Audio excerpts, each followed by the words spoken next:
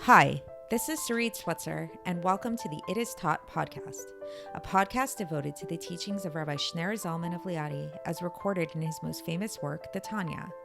My hope for this show is to make these teachings accessible and relatable to the average person, regardless of prior Jewish education or affiliation. The episodes follow the prescribed daily study portions and are meant to serve as practical lessons in how to live your life as your true self and develop an authentic and powerful relationship with your Creator. I have personally experienced the effects the study of this work has had on me, and I'm excited to share what I can of this knowledge with you. So please join me on this journey of learning, self-growth, and connection with your source.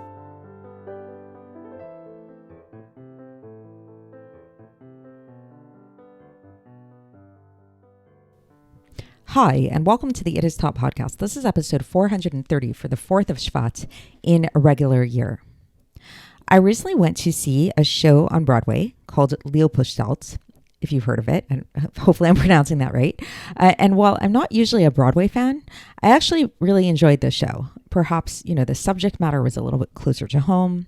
I don't know, maybe it was just a better show or something. So the show, for those of you that are not familiar with it, was written by a man named Tom Stoppard, and it's actually based on his life, on true events that happened within his family.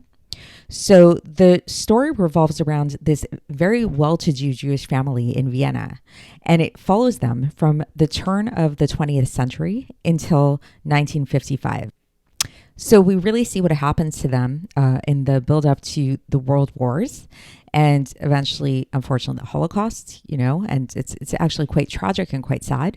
Now, the thing that's interesting about the show is that, as I mentioned, this family is quite a well-to-do family and quite assimilated. In fact, the very first scene of the show is where you see the family gathered together and they're celebrating Christmas. There's a Christmas tree in the room, and it's a Jewish family, and they're very Jewish.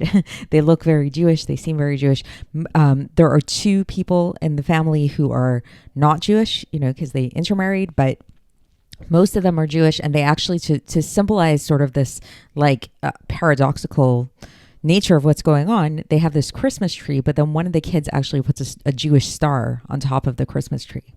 Now, the overarching kind of theme that keeps coming up in this show, which is kind of what makes it so interesting and tragic at the same time, is this idea of Jewish identity.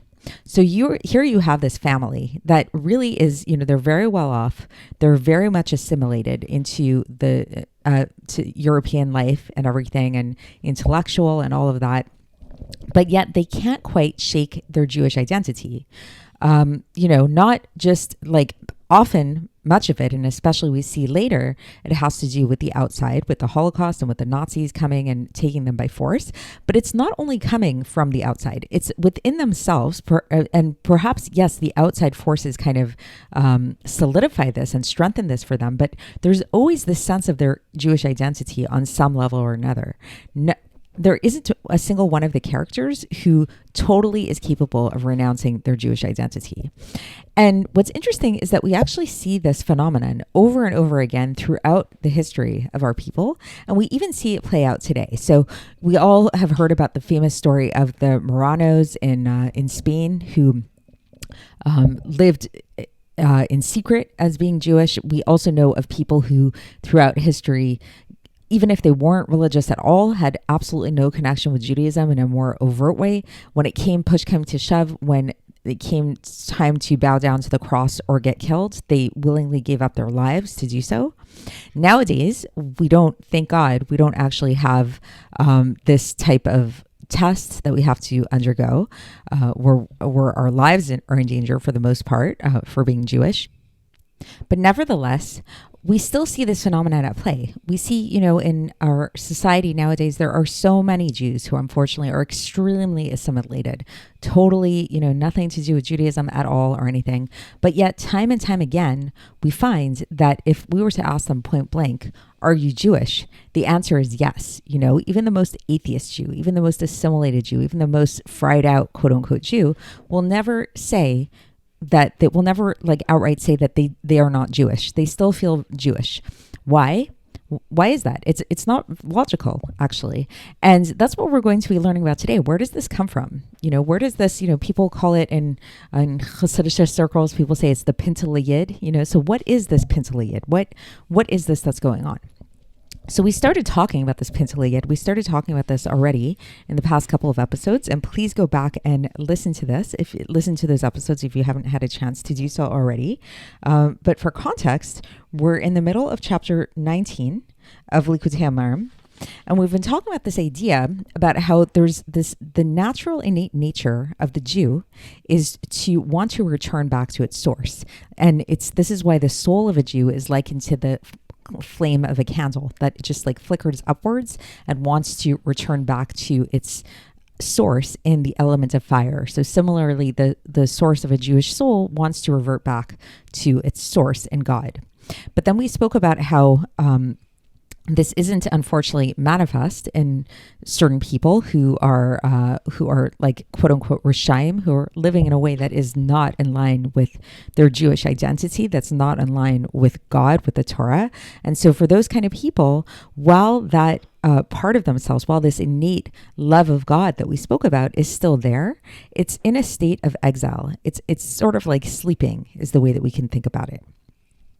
So today, what we're going to talk about is this idea of why it is that even in these kind of people, well, yes, throughout their lives, while they're, living their day-to-day life, this aspect of them, this Pinteliyid, otherwise known as the Chochma, within themselves, that's connected to their godly soul, is asleep and dormant. There are times when they're faced with a test that it emerges. And how does that happen? So let's get straight into the text and see how the Alter Rebbe explains this.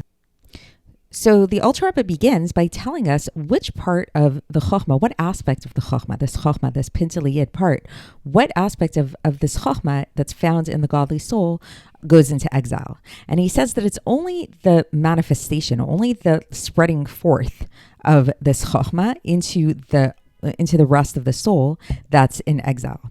But the source of it is still there. The source of it is still found in the mind, which is like the seat of the godly soul. It's and it doesn't get enclosed in the sackcloth of the klipos that are found in the left ventricle of the heart in true exile. So the source of it's not really in exile. It's just what we can think of it as it's sleeping and it's not doing its job. So it's like sleeping on the job, basically. And so while they're engaged in the different lusts and desires of the world, it's asleep. It's still there, but it's just asleep. So the person's going through their life, they're living their lives as if they're not Jewish, God forbid, and they're just engaged in all the different indulgences of the world. And meanwhile, they're core Jewish spark there is sleeping. But then what happens is that then they come to a test. In Hebrew, it's known as a nisayon. There's some kind of like test that happens, that challenge that has to do with emunah, that has to do with faith, which is above reason. It's not an intellectual thing. It's something that just like pierces right to the core. It touches their soul right to the point of the actual chochma that's found in their soul.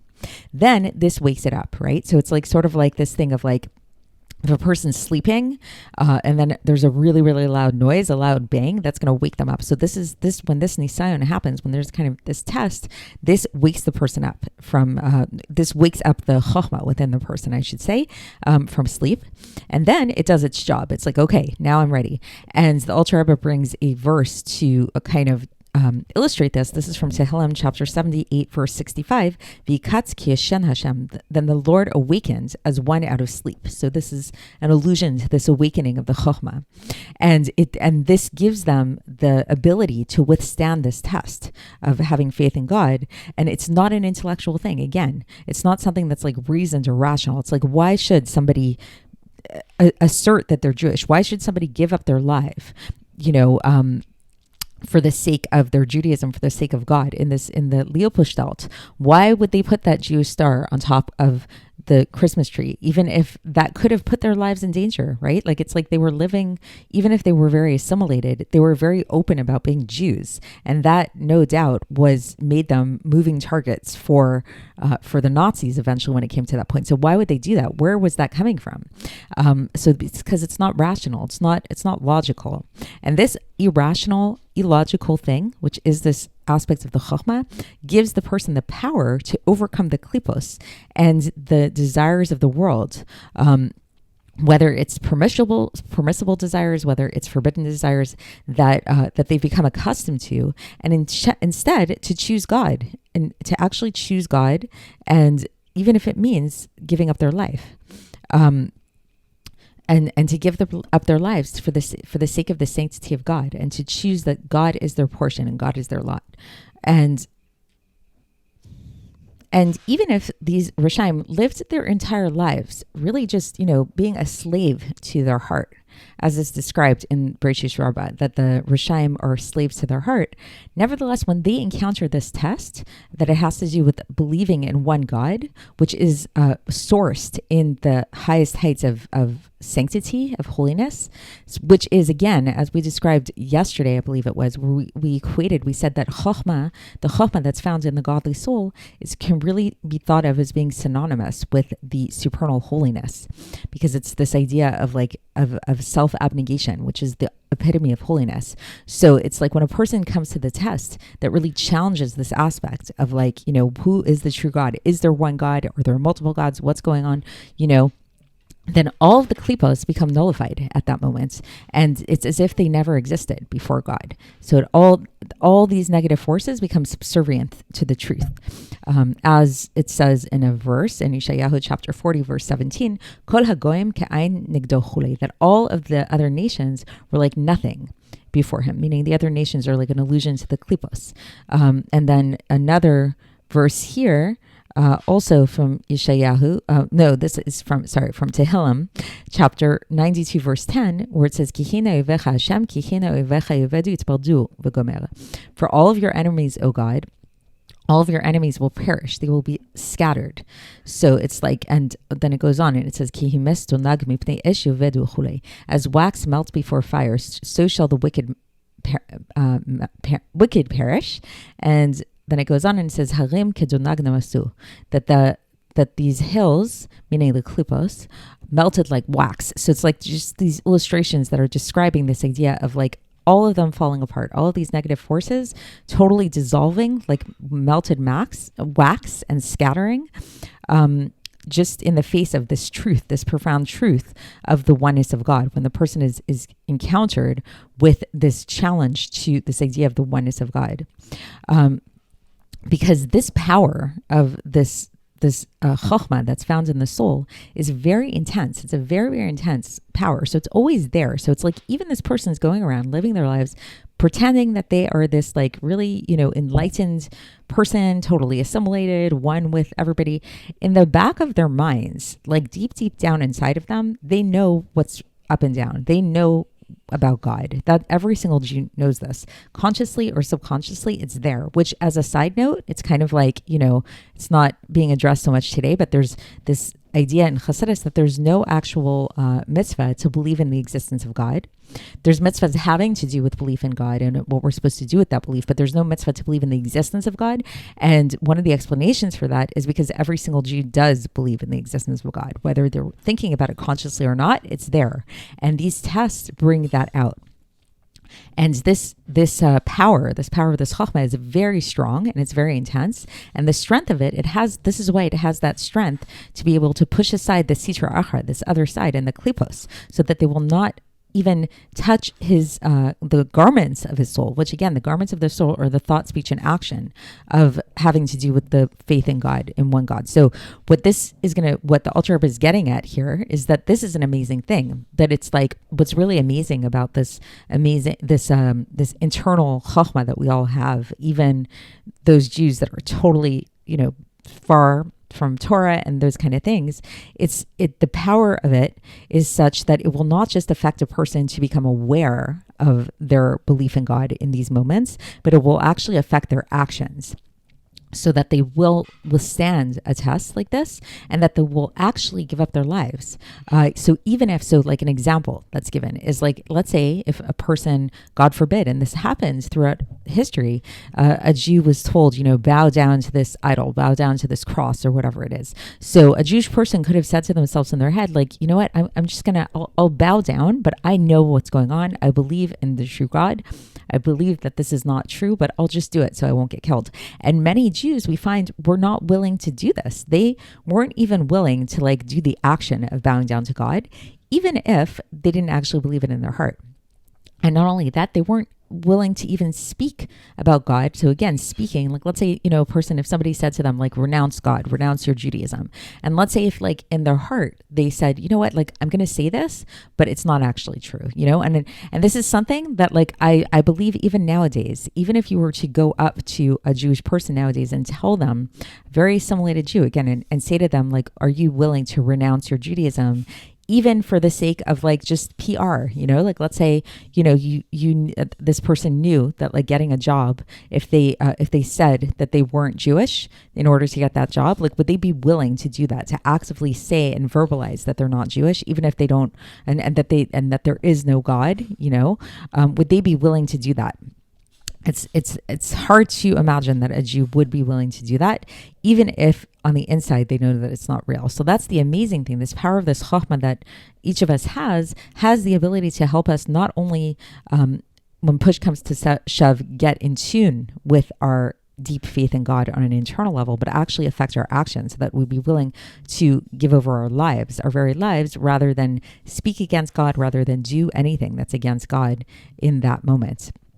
And this like holding back from doing something so blasphemous like that, that's where now we can understand this idea of the fear that's encompassed within the love. So we brought this up yesterday. This was sort of like a question that we were left hanging with, is when we talk about this innate love that every single Jew has, we understood that within that is included fear of God. But where is the fear of God included within the love? So now we can understand it, that it's like due to this innate love that every single Jewish person has, that they want to connect with God, contained within that is the fear, which this fear is to not do anything that is going to go against the will of God. And this is going to push them away from anything having to do with idolatry or anything that's against the faith of God, even in its external garments. Which is whether we're talking about speaking or action, and for sure, thinking, even if a person doesn't actually believe these things in their heart. So that's the end of the section for today. And in conclusion, one thing I want to kind of bring up is like, the focus today is really on this, like these wayward Jews, these very assimilated Jews and that kind of thing. But the Tanya was written for every single person. So like, I think, maybe a good meditation for today is for all of us to really try to apply this to our own lives. Because as much as, hopefully if you're learning Tanya with me on a daily basis and stuff like that, then you're a little bit like on a higher level than somebody who's totally assimilated, totally, not in tune with their Judaism at all. But nevertheless, we all have moments when we feel more connected, less connected. We've talked about this in previous episodes where we talked about the emotional blockage and that kind of thing. We're all human. We're not perfect people.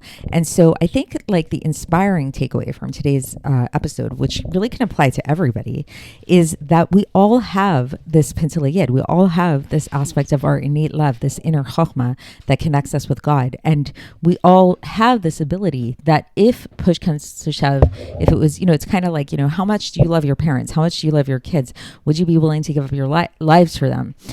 This is, a lot of parents, a lot of kids kind of have this question in their minds. So here, the question is really about God.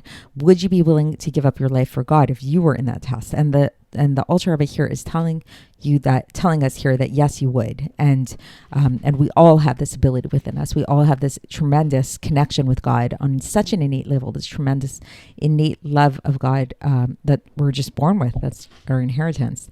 So that's just something to think about, something to keep in mind, and where the Alter Rebbe is kind of going with all of this, and is a big theme in the Tanya, is that the more we get in tune with this, the more we get in tune with this innate love and want of connection with God, the more sane we can become, and the more we can realize that this inherent like feeling of connection should not just come out when in these moments of like extreme like danger, so to speak, but it's something that we should become attuned to in our everyday lives. You know, it's like we shouldn't need to always have a wake up call. It's kind of like a person shouldn't need to have such an extreme wake up call from a doctor telling them that they have to lose 100 pounds to be able to go on a healthy diet. It's like a person should have a healthy diet at all times, you know, just they should be healthy because they want to be healthy. And, you know, a person might not notice it. You know, they eat one pizza, two pizzas, a donut here, a cookie there, whatever, you know, and it's like, what's the big deal? It's just one little thing, but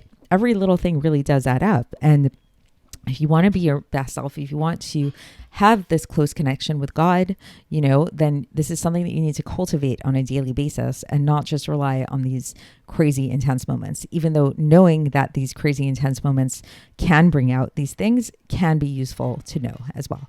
So that's it for today. And we'll continue along these lines tomorrow, and I'll speak to you then. Thanks for listening to the It Is Taught podcast, hosted by Sarit Switzer. This podcast is dedicated in loving memory of my maternal grandfather, Avraham Yitzchak ben Binyamin HaKohen of blessed memory. Music by Shoshana. If you enjoyed this episode and would like to support the show, please share it with others and subscribe on YouTube, Apple iTunes, Spotify, or wherever you listen to podcasts. And make sure to leave us a 5-star review. To find out more about the It Is Taught project, including more information on my soon-to-be published book, please visit our website, itistaught.com. To catch the latest from me, follow me on Facebook, Instagram, and Twitter. Looking forward to speaking with you tomorrow, and until then, have a great day.